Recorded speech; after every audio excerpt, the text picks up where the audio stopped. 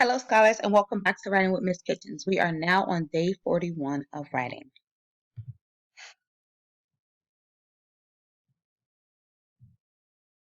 Now, just to activate prior knowledge, yesterday you were supposed to be telling your narrative piece in sequence across the pages. That's saying those words first, second, next, then, and last.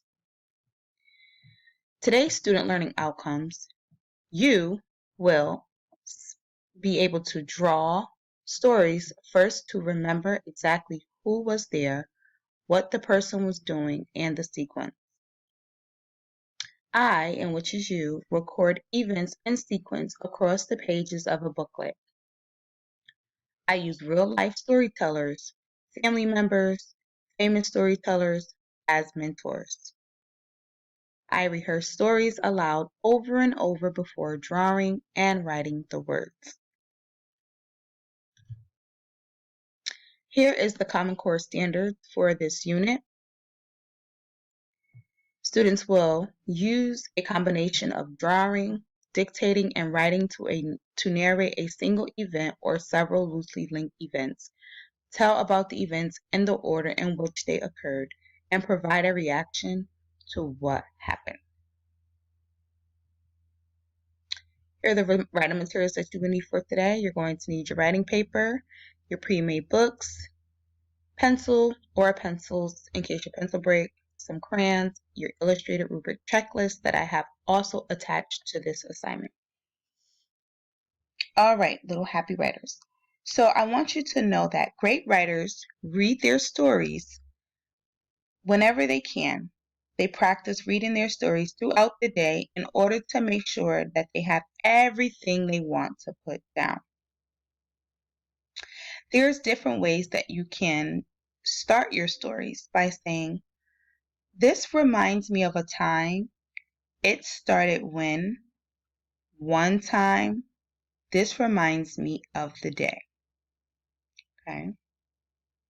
That's how you can start your sentences. But we already know that when we're writing a personal narrative, we focus on a small moment from your life. You write it the same way you will tell it to someone. You start with a catchy lead, that's your hook. You use details to tell who, what, when, where, and why.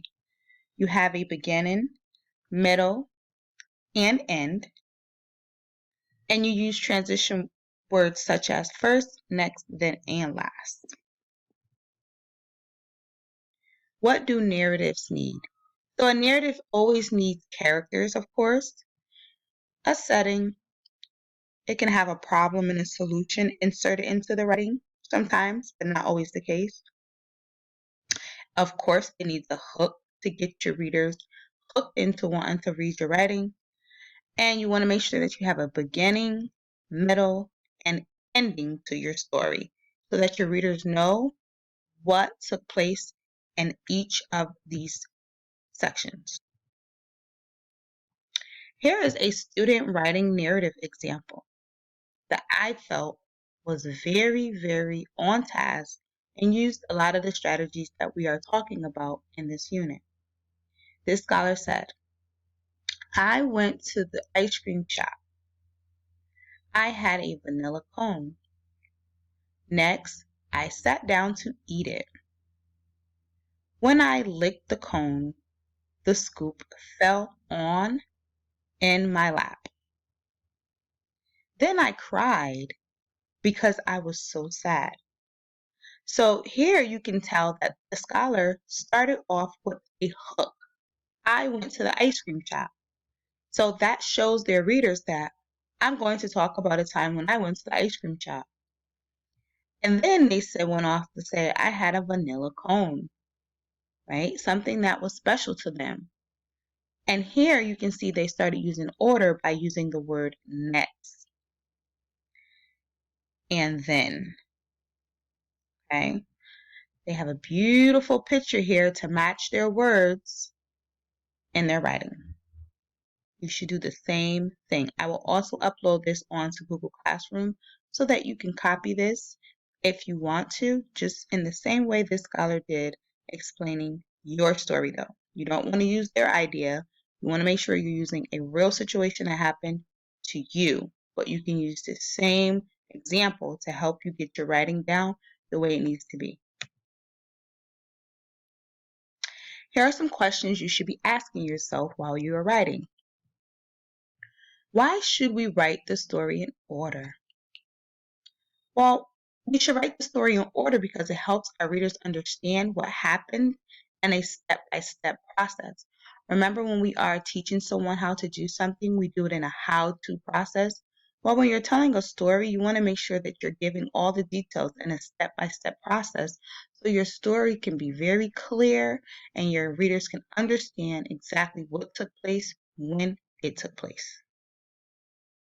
Why did you pick that sentence starter? So there's a number of sentence starters that you can use in your writing. You want to make sure that you're using the appropriate ones for your writing because you don't want to have a sentence starter that is not really going to be helpful for the rest of your sentence throughout your writing. All right. And I also will upload some sentence starters that you can use onto Google Classroom with this assignment. How can I be successful in today's writing? Well, today when you are writing another narrative piece, I want you to use one of the sentence starters we talked about in the beginning of your story, okay? And that can be saying first, that can be saying next, second, then last.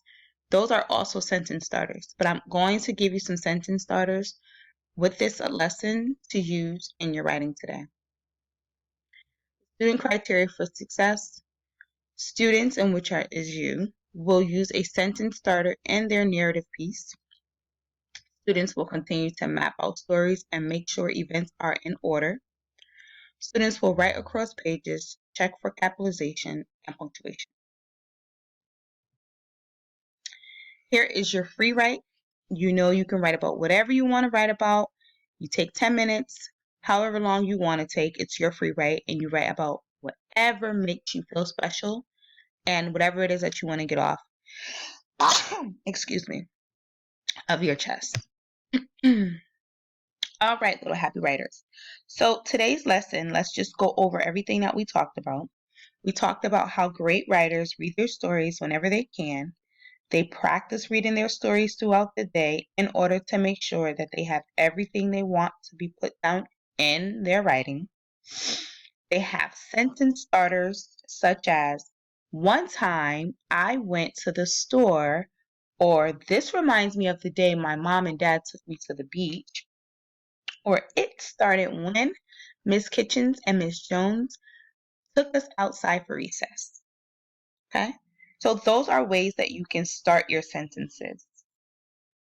Okay? I hope that you enjoyed writing today, and I can't wait to see you for tomorrow of day 41 of writing. Happy writing, little writers, and I'll see you tomorrow.